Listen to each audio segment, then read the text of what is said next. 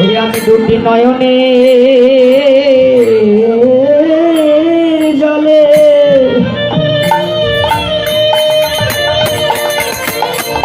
ফেলিতে ফেলিতে ঘরে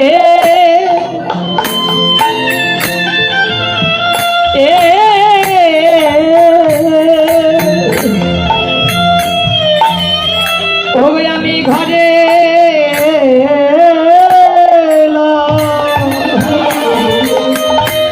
হরিতে গড়া ডুবে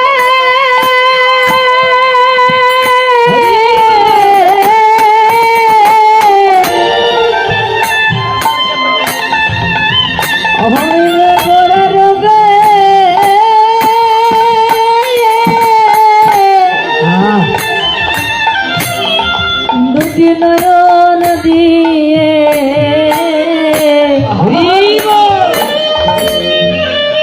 নাগরী রে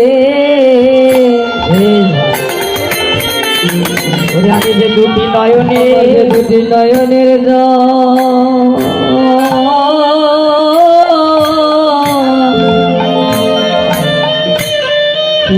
ফেলিতে ঘরে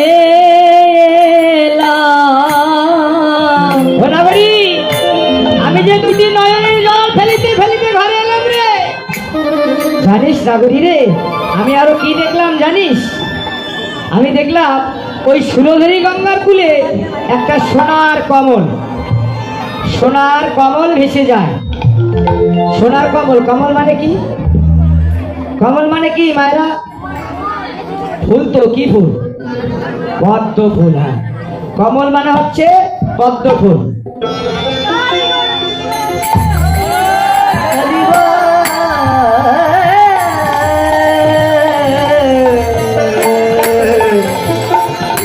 তাই গো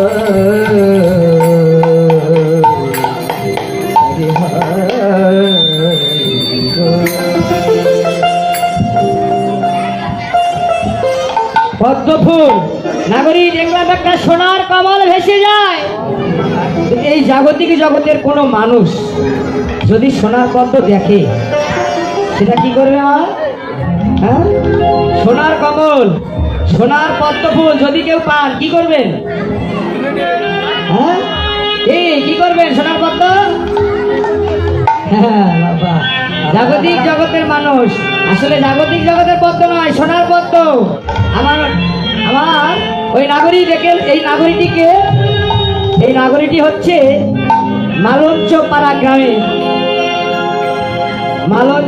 গ্রামের সনাতন মিশ্রের কন্যা, আমার মহাপ্রভুর দ্বিতীয় ভাগের স্ত্রী, যার নাম বিষ্ণুপ্রিয়া কাঞ্চনাকে বলছে, তার এক সখী কাঞ্চনাকে বলছে, কাঞ্চনা রে, আমি গিয়েছিলাম ওই সুরধরী গঙ্গার কূলে জল আনতে, কিন্তু আমি আরো কি দেখলাম জানিস? ওরে একটা সোনার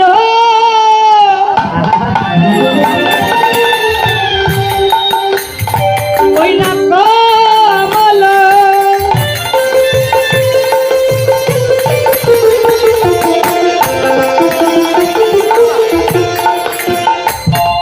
ওই না সুরধনী জলে ওই একটা সোনার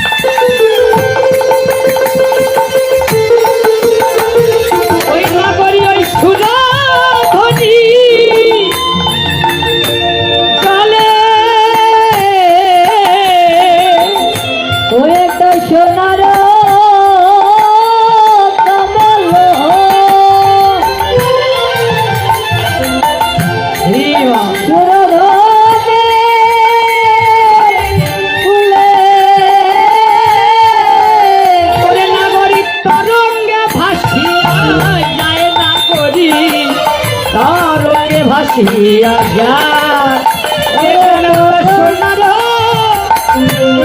কমল সুগন্ধি জলে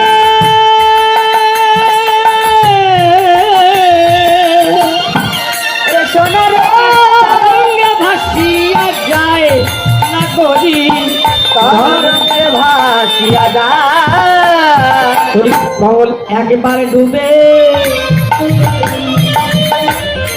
আর একেবারে ভাসে একেবারে ডুবে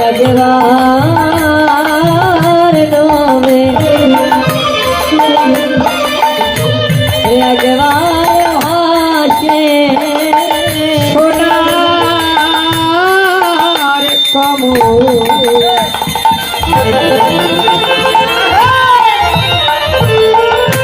ওই কমল একেবারে ডোবে একেবারে ভাসে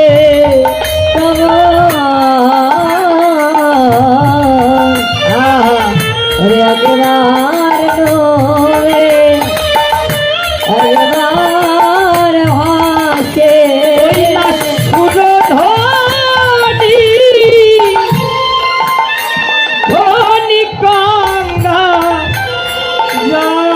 একেবারে ভাসে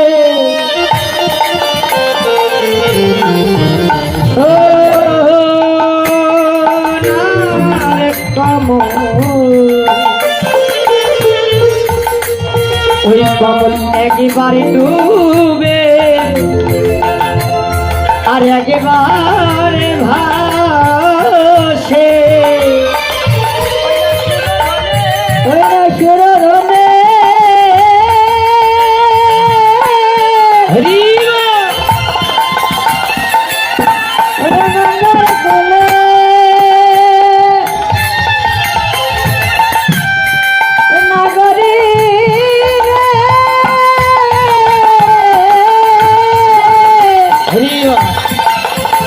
ওরে ওই না সুরধনি গঙ্গার কুলে ওই কমল একেবারে ভাসে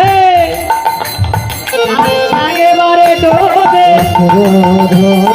গঙ্গার কুলে কমল একেবারে ভাসি আর একেবারে ডোবে সুরধনি গঙ্গার জলে একবার ভাসে একবার ডোবে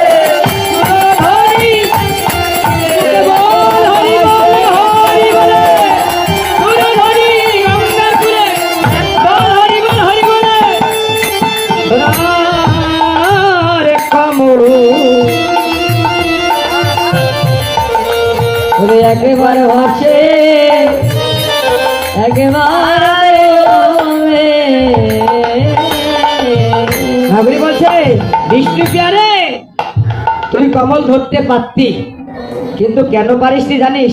ওরে সখী আমি তো কমল ধরতে গিয়েছিলাম কিন্তু কমল ধরতে হলে আমাকে তো জলে নামতে হবে কিন্তু আমি তো সাঁতার জানি না কমল ধরবো কি করে? ঘানসোনা বলে বিষ্ণু প্রিয়া তোর কাছে যে কলসটা ছিল ওই কলসটা যদি উপর করে দিতি একটা হাত ওই কলসিতে রাখতি আর একটা হাতে সোনার কমল ধরতে পারতি। বিষ্ণু বললে ও সখী রে নাগরী রে আমি ওটাও করেছিলাম কিন্তু ওটা যখন করেছি তখন আরো বিপত্তি হয়ে গেল। কি ওরে আমার অঙ্গের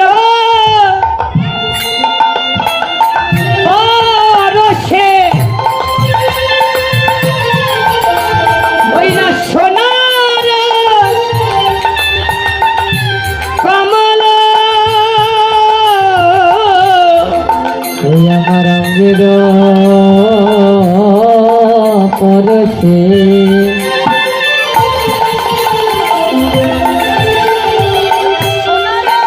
সোনার কলঙ্ক ওরে আমার অঙ্গের পরশে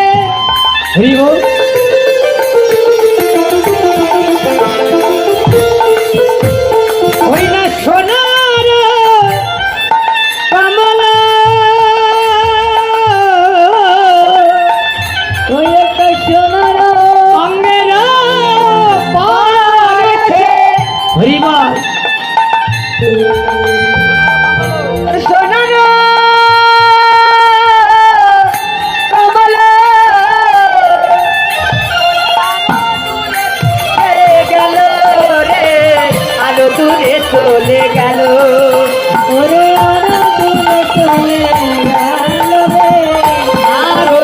পড়ে গেল। কাঞ্চন আরে আমার অঙ্গের পরশে ওই কমল আরো দূরে চলে গেল। অপর এক প্রশ্ন বলছে,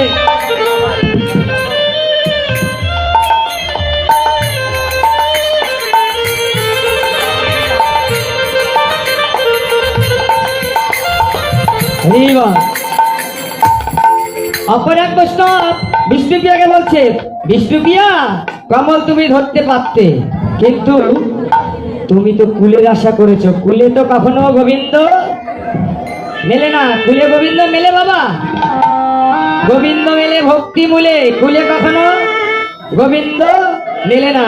যারা অকুলে জন্মগ্রহণ করেছিল, যারা অকুলে জন্মগ্রহণ করেছিল, যেমন বনের পশু বীর হনুমান, বনের পশু বীর হনুমান ত্রেতা যুগে সে তার বক্ষ ছিঁড়ে স্বয়ং ভগবান রামের ছবি দেখিয়েছিল। আমরা পারবো? আমরা পারবো? এখন কুলে যারা ছিল তারা কিন্তু ভগবান পায়নি। ফিরে যান ইতিহাসের দিকে, ঐতিহাসিক চেতনা ছাড়া মানুষ বাঁচতে পারে না। অপারেটর ভাই, সাউন্ডটা একবারে কর্কশ শোনা যাচ্ছে, আমার নিজেরই মধুর লাগতেছে না, তুমি একটু ঠিক করে দাও।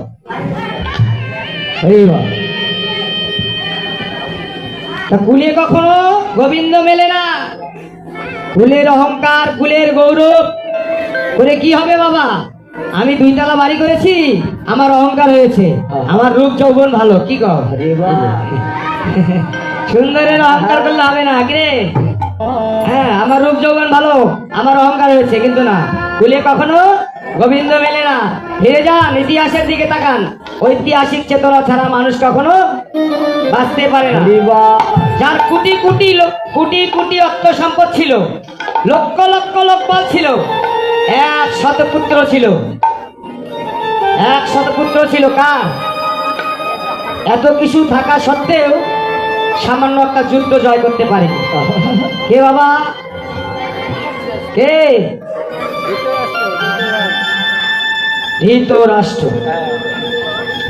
যার কোটি কোটি লোকবল ছিল, লাখ লাখ লাখ লাখ সৈন্য ছিল, 100 পুত্র ছিল, কিন্তু কখনো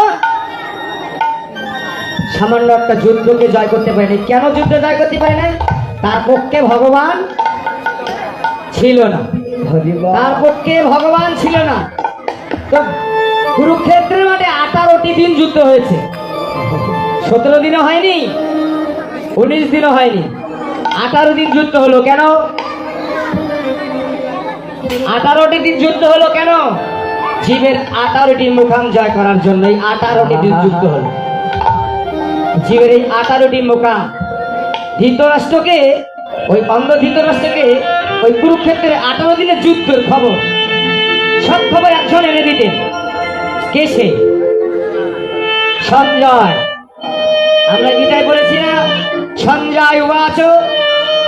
ধৃতরাষ্ট্র কিন্তু অন্ধ ছিল, ওই অন্ধ ধৃতরাষ্ট্রকে 18 দিনের খবর সঞ্জয় এনে দিয়েছিল। সঞ্জয়টি কে? সঞ্জয়টি ছিল ধৃতরাষ্ট্রের জ্ঞান, ধৃতরাষ্ট্রের বিবেক। কিন্তু আমার আপনার জ্ঞান বিবেক আপন আপন শ্রী গুরুচরণ। গুরু কৃপা না করলে এই রাষ্ট্রকে ধারণ করার ক্ষমতা আমাদের নেই। এই রাষ্ট্রকে ধারণ করতে হলে 60 ফোঁটা রক্ত, 60 ফোঁটা রক্ত দিয়ে 1 ফোঁটা শক্তিবিন্দু তৈরি হয়। আর এই 1 ফোঁটা শক্তিবিন্দু যে ধরে রাখতে পেরেছে, গুরু কৃপা বলে, তাকেই ধৃতরাষ্ট্র বলা হয়। ভগবান কুরুক্ষেত্রের মাঠে 18টি দিন যুদ্ধ করলো, 18টি দিন যুদ্ধ করলো। 18 দিন যুদ্ধ শেষে সেদিন রথ থেকে অর্জুনকে নিয়ে নেমে গেল ভগবান। অর্জুনকে নেমে যাওয়ার পর এত সুন্দর সাজানো গোছানো রথ, রথের দশা কি হলো বাবা? এত সুন্দর সাজানো গোছানো রথ পুরি ছাই হয়ে গেল। অর্জুন ফিরে তাকালেন, ভগবানকে প্রশ্ন করলেন, ওগো ভগবান, তুমি যখন রথ থেকে নেমে গেলে তখন রথে আগুন ধরলো কেন? ভগবান বললেন, অর্জুন, আমি যে রথে উঠে যুদ্ধ করি, আমার যুদ্ধ যখন শেষ হয়ে যায় তখন তো সে রথে আগুনই লেগে যায়,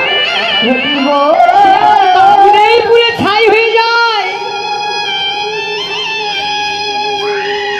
অর্জুন, সেই রক পুড়ে আগুনেই ছাই হয়ে যায়। যুদ্ধ হচ্ছে বাবা, এই যে আমাদের দেহ, এটাই কুরুক্ষেত্রের মাঠ। প্রতিনিয়ত এখানে যুদ্ধ হচ্ছে, এখানে যুদ্ধ হচ্ছে। কার সঙ্গে? কাম, ক্রোধ, লোভ, মোহ, মাৎসর্য, এই এদের সঙ্গে যুদ্ধ করার পরে ভগবান যেদিন পবন রূপ অর্জুনকে নিয়ে আমার আপনার দেহ থেকে বিদায় নেবে, সেদিন কোথায় থাকবে কুলের অহংকার? কোথায় হবে কুলের গৌরব? কি হবে এই ধন সম্পত্তি? সেদিন আপন সবাই ওই অদূরে দূরে দূরে দাঁড়িয়ে দাঁড়িয়ে দেখবে, কেউ সঙ্গে যাবে না। কিন্তু ভগবান বললেন, হে কলির জীব, সেই সময় সেই বিদায়কালে তোমার যদি আপন স্বজনে কেউ না থাকে,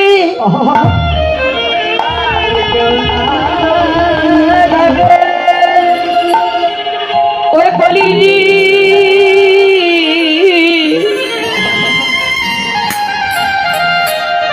ওরে সেদিন আমি নিজে বান্ধব হয়ে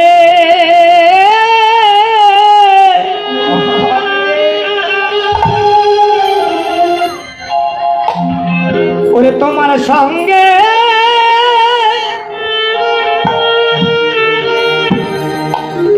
তোমার সঙ্গে থাকি।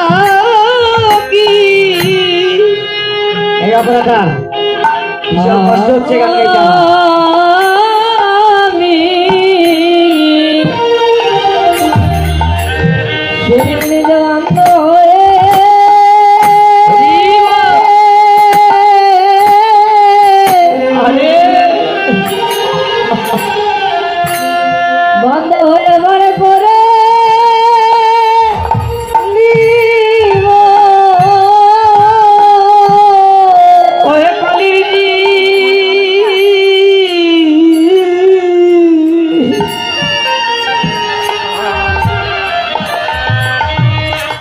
শেষের দিনে আমি তোমার বান্ধব হয়ে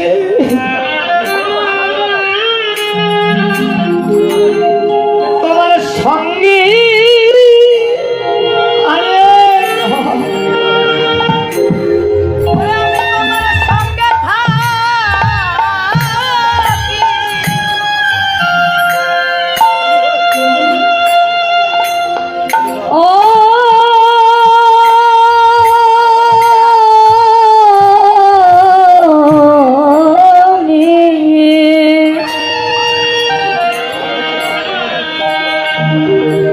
সেদিন নিজে অন্ধ হয়ে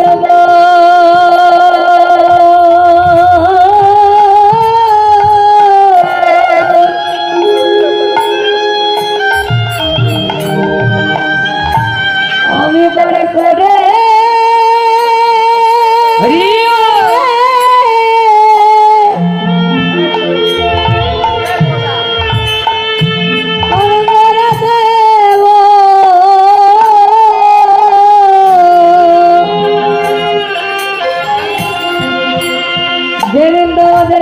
সেদিন উড়ে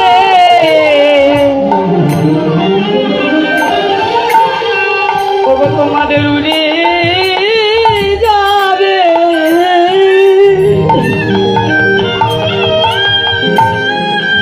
এই প্রাণ পাখি কলিজি।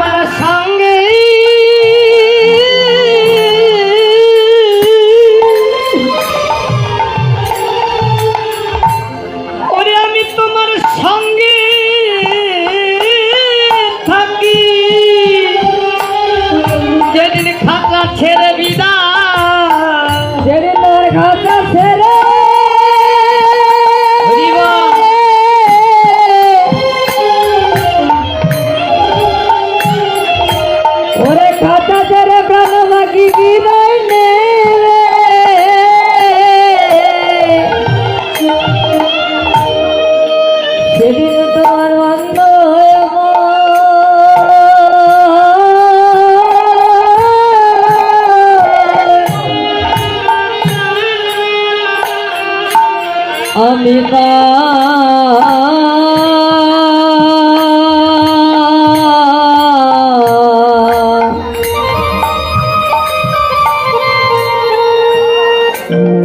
করে দেব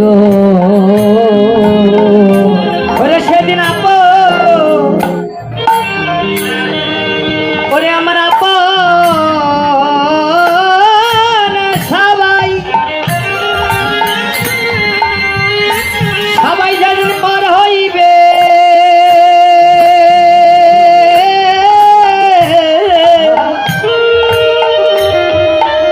সেদিন আমি তোমাদের বান্ধব হয়ে ওই না সঙ্গে থাকি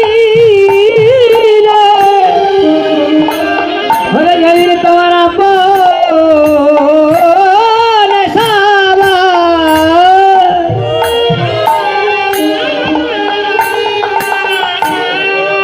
সবাই পর হইবে